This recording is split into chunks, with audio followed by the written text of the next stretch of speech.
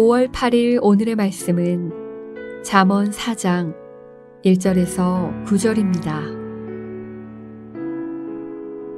아들들아, 아비의 훈계를 들으며 명철을 얻기에 주의하라. 내가 선한 도리를 너희에게 전하노니 내 법을 떠나지 말라. 나도 내 아버지에게 아들이었으며 내 어머니 보기에 유약한 외아들이었노라. 아버지가 내게 가르쳐 이르기를 내 말을 내 마음에 두라. 내 명령을 지키라. 그리하면 살리라. 지혜를 얻으며 명철을 얻으라. 내 입의 말을 잊지 말며 어기지 말라. 지혜를 버리지 말라. 그가 너를 보호하리라. 그를 사랑하라. 그가 너를 지키리라. 지혜가 제일이니 지혜를 얻으라. 내가 얻은 모든 것을 가지고 명철을 얻을지니라. 그를 높이라. 그리하면 그가 너를 높이 들리라. 만일 그를 품으면 그가 너를 영화롭게 하리라. 그가 아름다운 관을 내 머리에 두겠고 영화로운 면류관을 내게 주리라 하셨느니라.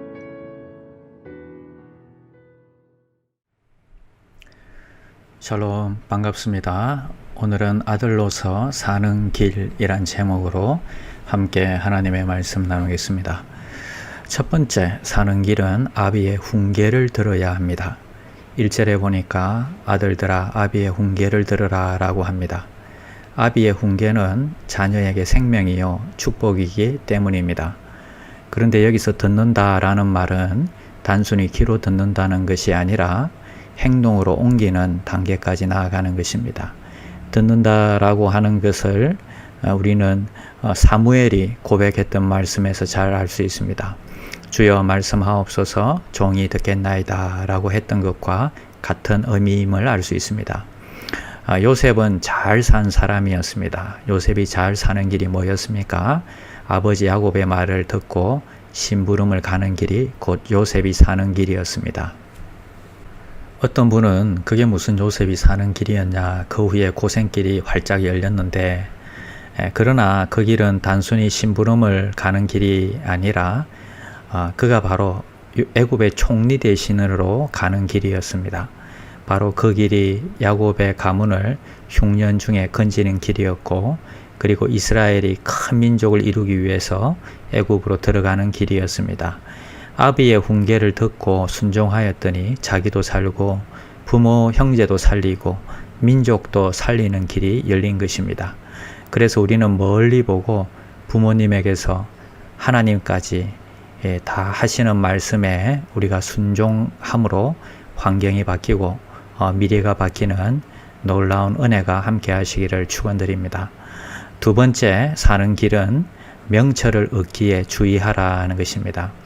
1절 하반절에 보니까 명철을 얻기에 유의하라. 5절에는 명철을 얻으라. 7절에는 명철을 얻으라 라고 합니다. 자, 여기에서 유의하라는 것은 마음을 모아라 라는 뜻입니다. 마음을 집중시켜라 하는 말입니다. 하와가 사단의 유혹에 넘어간 결정적인 원인이 무엇이었습니까? 선악을 알게 하는 선악과를 먹지 말라는 하나님의 훈계에 유의하지 않았기 때문입니다. 사울이 왕위에서 버림받은 이유가 무엇입니까? 그것은 사무엘의 말을 가슴에 안고 유의하지 않았기 때문이었습니다. 세 번째, 에스가 장자의 직분을 소홀히 여겼다가 나중에 통곡한 이유가 무엇이었습니까? 하나님의 말씀에 유의하지 않았기 때문입니다. 여러분, 오늘날 하나님은 성경을 통해서 명철을 얻도록 말씀하십니다. 우리는 그것에 유의해야 하는 것입니다. 권하는 것과 금하는 것에 유의하여 날마다 자신을 죄에 빠지지 않도록 단장하는 삶을 세우시기를 바랍니다. 세 번째, 사는 길은 말씀을 마음에 두고 지키는 것입니다. 4절에 보니까 솔로몬은 아들들에게 그렇게 마음에 두고 지키라고 훈계하고 있습니다. 고기가 살 수 있는 영역은 물입니다. 물 속에 있어야 안전합니다. 물 밖에 나오는 순간 생명이 끝이 납니다. 우리도 하나님의 말씀 안에 있을 때에 안전합니다. 나오는 순간 우리의 생명이 끝이 납니다. 아버지의 유언을 따르는 아들은 안전합니다. 솔로몬이 다윗의 명령을 가슴에 새기고 살 때에는 얼마나 큰 복을 받았습니까? 그러나 그 법을 버리고 난 후에 그는 삶을 이렇게 고백합니다. 헛되고 헛되니 헛되고 헛되도다 라고 고백합니다. 솔로몬의 법을 마음에 두지 않고 사는 결국이 어떠한가를 철저히 깨달은 사람이었습니다. 그러므로 그는 이렇게 설득력 있게 이야기합니다. 아비의 명령에 귀를 기울이고 가슴에 새기고 떠나지 말고 마음에 두면서 행하라 합니다. 제사장 엘리의 가정이 불행해진 이유가 무엇일까요? 홈리와 비느하스에게 생명의 법, 축복의 법, 아들로서 사는 길을 잘 가르치지 못했기 때문입니다. 결론적으로 말씀드립니다. 아들인 우리가 말씀의 길을 가야 합니다. 그리고 우리의 아들들에게 그렇게 걷도록 가르쳐야 합니다. 그래서 하나님의 은혜가 가문대대로 쌓이는 놀라운 축복을 누리시기를 축원드립니다. 기도하겠습니다. 하나님 감사합니다. 아비의 훈계를 들어야 산다는 것을 깨닫게 하여 주시옵소서. 아들들이 사는 길은 명철을 얻기에 우리가 유의하고 주의해야 된다는 것을 깨닫게 하여 주시옵소서. 말씀을 마음에 두고 지키는 자가 되게 하여 주시옵소서. 내일은 주일입니다. 오늘 주일 준비 잘 하여서 하나님께 큰 영광 올려드리는 시간 되게 하여 주시옵소서. 예수님의 이름으로 기도드립니다. 아멘. 1. 오심 기도. 하루 5번 마음을 다해 드리는 기도. 나는 죽었습니다. 제가 주인이 아니고 예수님이 저의 주인이십니다. 예수님은 십자가에서 죽으시고 부활하셨습니다. 부활하신 예수님을 가슴으로 만나서 따라가며 간증합니다.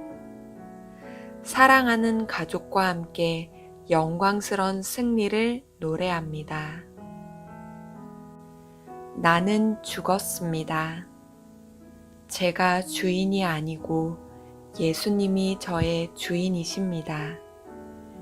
예수님은 십자가에서 죽으시고 부활하셨습니다. 부활하신 예수님을 가슴으로 만나서 따라가며 간증합니다. 사랑하는 가족과 함께 영광스런 승리를 노래합니다. 나는 죽었습니다. 제가 주인이 아니고 예수님이 저의 주인이십니다.